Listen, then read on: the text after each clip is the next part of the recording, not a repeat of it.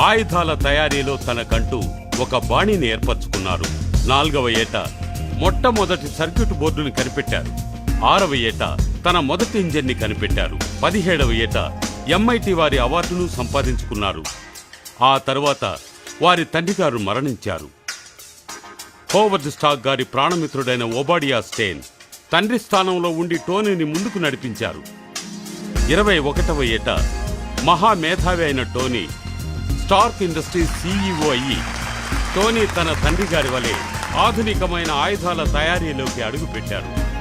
శాంతినే తన లక్ష్యంగా చేసుకుని టోనీ స్టాక్ తన ముందు చూపుతో ఆయుధాలు తయారు చేసి ప్రపంచవ్యాప్తంగా రక్షణను భద్రతను కల్పించారు.